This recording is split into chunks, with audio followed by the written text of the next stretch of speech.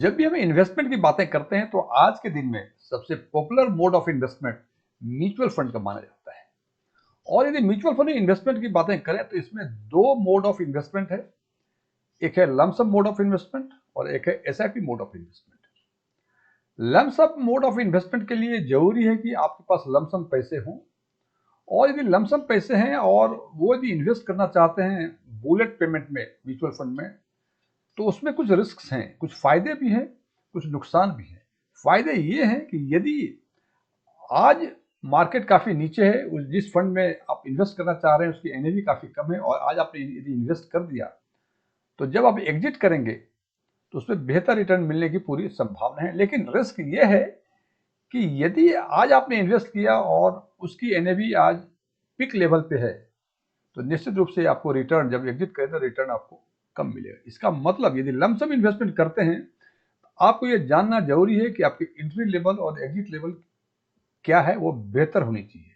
लेकिन जनाब, जैसे आप जानते हैं कि आप स्टॉक मार्केट को टाइम नहीं कर सकते, कितना नीचे जाएगा कितना ऊपर जाएगा ये कोई नहीं बता सकता। सब लोग एस्टिमेट करते हैं। हो सकता है कि किसी का एस्टिमेशन सही निकल गया हो, किसी का सही ना निकला हो, लेकिन जिसका सही निकला है इसका मतलब ये नहीं है कि उसके पास उसकी सारी जानकारी है। इसीलिए एक आम इन्वेस्टर दूसरे मोड ऑफ इन्वेस्टमेंट जो सिस्टमेटिक इन्वेस्टमेंट प्लान है, मतलब एसआईपी मोड जिसको बोलते हैं पॉपुलरली, वो मोड ऑफ इन्वेस्टमेंट अपनाते हैं। इसमें सबसे बड़ा फायदा ये है कि इसमें लमसम मनी आपके पास हो, ये कोई जरूरी नहीं है, ना भी हो कोई बात नहीं है। और दूसरा फायदा ये है क्योंकि ये हर महीने, हर वीक, हर फोर्टनाइट, हर क्वार्टर में हम थोड़े थोड़े पैसे इन्वेस्ट करते हैं।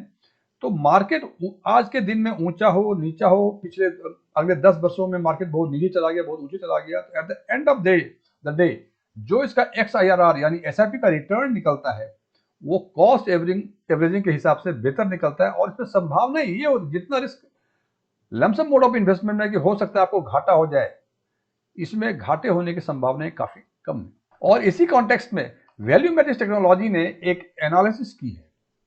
इस एनालिसिस में उन्होंने निफ्टी स्मॉल कैप 250 टीआरआई जो स्मॉल कैप सेगमेंट का बेंचमार्क है, उसके रिटर्न को 1 अप्रैल 2005 से लेके 1 मार्च 2025 तक यानी 20 वर्षों का रोलिंग रिटर्न निकाला है। और इसमें रोलिंग पीरियड जो है वो मंथली है। चूंकि रोलिंग पीरियड मंथली है, इसका मतलब इसके जो भी रोलिंग रिटर्न होंगे वो एसआईपी का रोलिंग रिटर्न माने जाएंगे।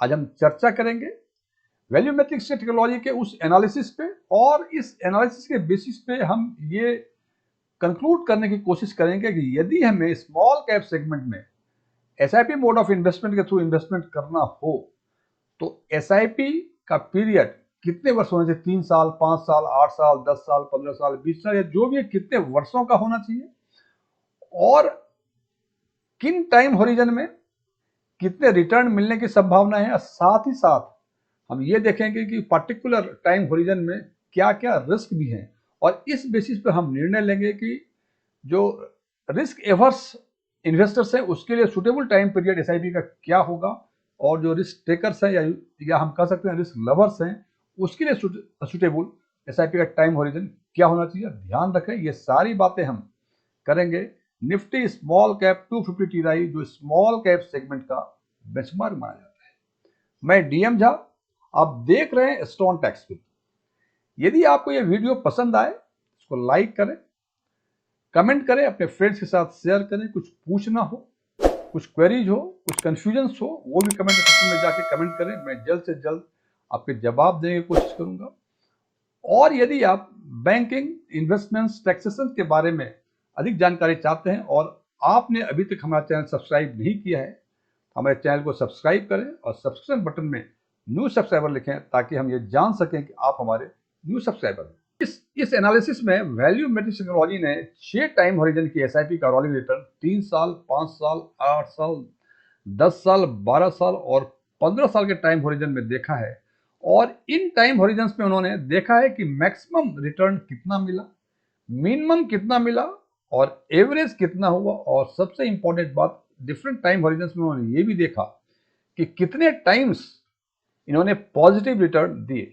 और यदि सबसे पहले यदि हम 3 इयर्स एसआईपी टाइम होरिजन की बातें करें तो हम देखते हैं कि 3 साल के टाइम होरिजन में maximum return 42.1%, minimum return -64.7%, average 11.9%, और 72 टाइम्स इन्होंने जितने इवेंट्स 3 साल के हुए, 3 साल में जितने मंथली इवेंट्स हुए उसमें 72 टाइम्स इन्होंने पॉजिटिव रिटर्न दी है। यही बातें यदि हम 5 साल की करें तो हम देखते हैं कि मैक्सिमम रिटर्न इन्होंने 37.8% दिया है, मिनिमम 21.2% दिया है, एवरेज 15.1% दिया है, और 91 टाइम्स इन्होंने पॉजिटिव रिटर्न दिया है। यही बातें यदि 8 साल की करें तो हम देखते हैं कि मैक्सिमम रिटर्न 8 साल के टाइम होरिजन में ये सारी रिटर्न एसआईपी की है, यानी XIRR है, और ये है निफ्टी स्मॉल कैप 250 TRI का, जो स्मॉल कैप का बेंचमार्क बनाया है। तो मैक्सिमम 28.4%, मिनिमम -6.5%, एवरेज 14%, और इन्होंने 96 टाइम्स पूरे 8 साल के पीरियड में 96 बार इन्होंने 96 टाइम्स इन्होंने 96% टाइम्स इन्होंने पॉजिटिव रिटर्न दिया है, और 4% टाइम्स इन्होंने नेगेटिव रिटर्न दिया है ड्यूरिंग 8 ईयर्स का रोलिंग रिटर्न। और यदि यही बातें करें 10 ईयर्स की, तो 10 ईयर्स में मैक्सिमम रिटर्न इनका 22.1% है, मिनिमम -0.4% है, एवरेज 14.6% है, और इन्होंने 99 टाइम्स पॉजिटिव रिटर्न दिया है ड्यूरिंग लास्ट 10 ईयर्स यदि रोलिंग रिटर्न की बातें करें तो। और यदि 12 साल की यदि बातें करें तो 12 साल के पीरियड में मैक्सिमम 21.6% का रिटर्न दिया है, मिनिमम दिया है 2.4%, एवरेज दिया है 14.3%। चूंकि मिनिमम 2.4% है, इसका मतलब इस पीरियड में इन्होंने एक भी टाइम्स इन्होंने नेगेटिव रिटर्न नहीं दिया, इसका मतलब 100% टाइम्स इन्होंने पॉजिटिव रिटर्न दिया है। और यही बातें करें यदि 15 ईयर्स की, तो 15 ईयर्स में मैक्सिमम रिटर्न 19.1%, मिनिमम 3.9%, एवरेज 14.1%, और चूंकि मिनिमम इन्होंने 3.9% का रिटर्न दिया है, इसलिए यहां भी आप देख पा रहे हैं कि 100 टाइम्स इन्होंने ड्यूरिंग 15 ईयर्स जितने भी इवेंट्स हुए उन सारे इवेंट्स में, सारे के सारे इवेंट्स में इन्होंने पॉजिटिव रिटर्न दिया है, एक भी टाइम इन्होंने नेगेटिव रिटर्न नहीं दिया है। अब यदि इस रिटर्न को डिफरेंट टाइम होरिजन में 3 years, 5 years, 8 year, 10 years, 12 years, 15 साल, और मैक्सिमम, मिनिमम और एवरेज रिटर्न को एक साथ ही देखें और इसको कंक्लूड करना चाहें तो हम देखते हैं कि यदि केवल मैक्सिमम रिटर्न को यदि आइसोलेशन में देखें तो हम देखते हैं 3 साल, 5 साल, 8 साल, 10, जैसे जैसे टाइम होरिजन बढ़ता है मैक्सिमम रिटर्न कम होते जाते हैं। 3 साल में सबसे अधिक मैक्सिमम रिटर्न 42.1%, और 15 ईयर्स में सबसे कम 19.1%। तो यदि केवल मैक्सिमम रिटर्न के बेसिस पे हम कंक्लूड करना चाहें तो हम कह सकते हैं कि 3 years SIP is the best, जहां तक निफ्टी स्मॉल कैप 250 TRI की बातें हैं। और हम ये भी साथ साथ मान रहे हैं कि चूंकि हमने पिछले 20 वर्षों का रोलिंग 20 वर्षों के डेटा के हिसाब से रोलिंग रिटर्न निकाला इन्होंने, तो शायद आगे भी परफॉर्मेंस इसी के आसपास रिपीट करेगा, तभी ये वैलिड है। तो यहां से लगता है कि 3 साल सबसे बेहतर और 15 साल या 12 साल ऑनवर्ड सबसे खराब। लेकिन जनाब आइसोलेशन में कोई डिसीजन नहीं लिया जा सकता है। इसके साथ देखते हैं कि मिनिमम इस पीरियड में मिनिमम कितने गए, तो हम देखते हैं जनाब मिनिमम के केस में जैसे जैसे टाइम हॉरिजन बढ़ता है मिनिमम जो रिटर्न जो है, जो नेगेटिव रिटर्न है वो कम होते जाता है। यहाँ देखा कि -64.7% नेगेटिव रिटर्न, यहाँ 21.2%, और इस हिसाब से हम देखते हैं कि 10 ईयर्स में जो मिनिमम है it is almost flat 0.4% negative return, और 12 ईयर्स 15 ईयर्स में ये पॉजिटिव रिटर्न के दायरे में आ गया। तो मैक्सिमम रिटर्न के बेसिस हमें लगता है कि 3 साल सबसे बेहतर है, लेकिन मिनिमम रिटर्न के बेसिस से लगता है कि 10 साल ऑनवर्ड या यूं कह सकते हैं 12 साल के आगे हम सुरक्षित हैं। बिकॉज किसी भी स्थिति में यदि 12 साल या उससे अधिक वर्षों के लिए हम एसआईपी करते हैं स्मॉल कैप सेगमेंट में, तो हमें नेगेटिव रिटर्न मिलने की कोई संभावना नहीं है। क्योंकि यहाँ हम देख रहे हैं कि percentage of times positive return की यदि बातें करें तो ये देखते हैं कि 12 साल और 15 साल में 100% पॉजिटिव रिटर्न दिया। मतलब किसी भी परिस्थिति में जितने इवेंट्स हुए थे 12 ईयर्स के एसआईपी में, data started from 1 April 2005 to 1 March 2025, उस बीच में एक भी इवेंट्स ऐसे नहीं हुए, एक भी पीरियड ऐसा नहीं रहा जिसमें इन्होंने नेगेटिव रिटर्न दिया। हमेशा पॉजिटिव रिटर्न भी दिया है, और सबसे कम रिटर्न जो है 2.4% 12 साल में, और 3.9% 15 साल में। हालांकि जनाब हमने एवरेज का भी दिया हुआ है, लेकिन एवरेज का इंपॉर्टेंस कम है, because maximum minimum average is not the basically the parameter to जज। हालांकि लोग जज करते हैं, तो मैं एवरेज को इग्नोर करता हूं। और परसेंटेज ऑफ टाइम्स की बातें यदि करें तो देखते हैं जैसे जैसे टाइम पीरियड बढ़ता है percentage of times positive return वो बढ़ता जाता है। और देखते हैं कि 10 साल में 99% टाइम्स पॉजिटिव रिटर्न दिया है और 12 और 15 साल के हिसाब से हम देखते हैं 100% टाइम्स इन्होंने पॉजिटिव रिटर्न दिया है। अब जैसे मैंने पहले चर्चा की थी कि इन्वेस्टर्स भी दो तरह के, रिस्क एवर्स जो कम से कम रिस्क लेना चाहते हैं और चाहते हैं थोड़ा बहुत रिटर्न भी हो जाए, और एक रिस्क टेकर जो काफी रिस्क ले सकते हैं लेकिन कंडीशन एक ही है, रिटर्न उनको बेहतर मिलने की संभावना है। तो सबसे पहले बात करते हैं रिस्क एवर्स की, जो कि एक कॉमन इन्वेस्टर्स को होना चाहिए। भाई रिस्क एवर्स का मतलब हमें घाटा ना हो, थोड़ा सा रिटर्न कम हो जाए कोई बात नहीं है, लेकिन निगेटिव रिटर्न ना हो। उस हिसाब से हम देखते हैं कि 10 ईयर्स ऑनवर्ड या 12 साल के आगे यदि हम एसआईपी करते हैं स्मॉल कैप सेगमेंट में, तो किसी भी परिस्थिति में आपको नेगेटिव रिटर्न नहीं मिलेगा। इसका मतलब रिस्क एवर्स पीपल के लिए 10 साल ऑनवर्ड कर लें, बिकॉज 10 ईयर्स में 99 टाइम्स ये हम मानते हैं चलो यार 1% क्या हमारे मत्थे ही आएगा, मेरे मत्थे नहीं आएगा। इसलिए हम कह सकते हैं कि 10 साल से आगे यदि आप रिस्क एवर्स हैं तो एसआईपी स्मॉल कैप सेगमेंट में कर सकते हैं और आपको किसी भी परिस्थिति में ये उम्मीद नहीं की जाती कि आपको नेगेटिव रिटर्न मिले। हालांकि हो सकता है कि यदि आपका मुकद्दर बहुत खराब हो तो कम रिटर्न मिलेंगे, लेकिन मुकद्दर यदि अच्छा होगा जनाब आपको बेहतर रिटर्न मिलेंगे। लेकिन बहुत सारे हमारे इन्वेस्टर्स हैं जो आजकल सोशल मीडिया पर डाले गए यूट्यूब वीडियो से बहुत प्रभावित होते हैं, जहां कि उनको 3 साल में लखपति, 5 साल में करोड़पति बनने के अवसर दिखाए जाते हैं,